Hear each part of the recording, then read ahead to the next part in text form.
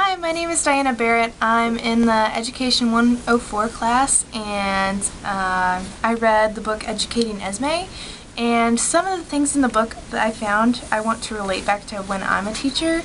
Just like the trouble basket on page 30, she talks about passing around a basket and each kid being able to write down like what's bothering them that week or what's going on in their home life, and then she just takes the basket and gets to read all of them and kind of relate to them on a personal level and understand what they're going through and what kind of troubles are affecting their grades and affecting their life in the education field. So also another thing, I found a quote, "I must strive to diagnose the roadblocks to learning." I thought that was really important when her advisor was talking about like how important it is to kind of define which problems each student has and like what their roadblock to learning is, so that you can better understand how to teach them.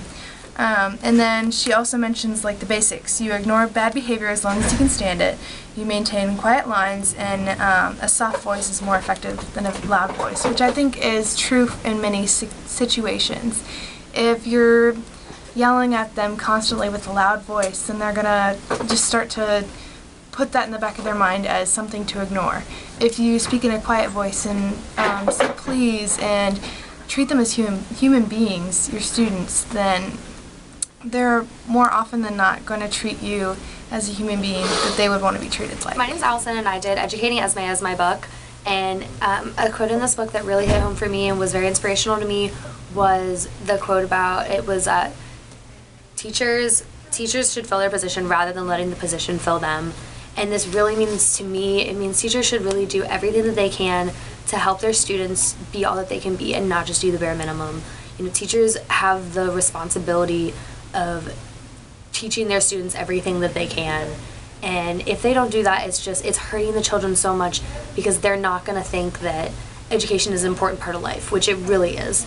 And for me in my own classroom one day, I really want to integrate more activities and more interactive games and stuff like that to really show them that learning can be fun and that they can have a good time in class, and it's not just boring and sitting around taking notes.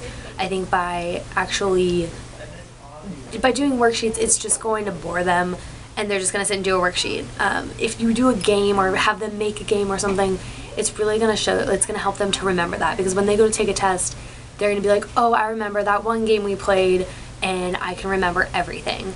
And for me, this really helped me, especially during high school. Even though they were a little childish, it helped me to learn, and it helped me to remember things because we did it in fun ways.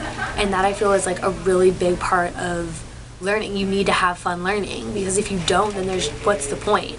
You know, you're gonna be bored, you're not gonna want to go to class, and it sets kids up, it'll set kids up for a bad experience with school. I think by going in and having fun, it inspires children to really dream bigger and know that they want to do more with their lives.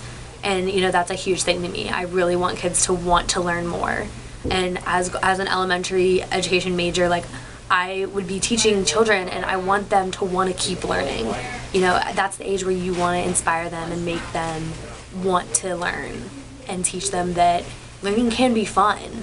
And I really think that's something that everyone needs to know. My name is Alexus.R, and I'm just going to talk to you today about the book that I read, Educating Esme. First thing that I wanted to start out with was a quote that I read in the book that really meant something to me.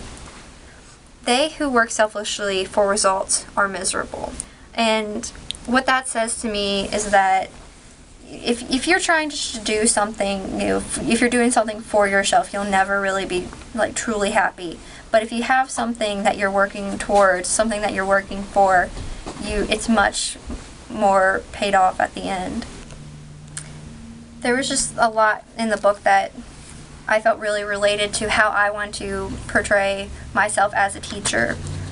Their future is a part of your future. A part of them also belongs to you. You're working to build these children up. These children are our future. And that's the difference that makes a okay teacher compared to a great teacher. And that's something that I really want to strive for, and what makes me really passionate about wanting to become a teacher, to further our future, to further the education of our children. the littlest things can go really far for children. Like for me especially, like when my favorite teacher came up to me after I missed a few days from my surgery and asked me, like, was I okay and what was going on in my life, I really felt connected to my teacher then. You know, I never had a teacher ever concerned about me before, and that really touched me. And just small things like that can help so many children. And the last thing that I really thought was great and something that I really want to do is dream. I have a lot of passion in what I want to do, and I also have a lot of dreams that I want to fulfill. And one of the things that they quoted in the book was to dream about our classroom and our roles in the children's lives.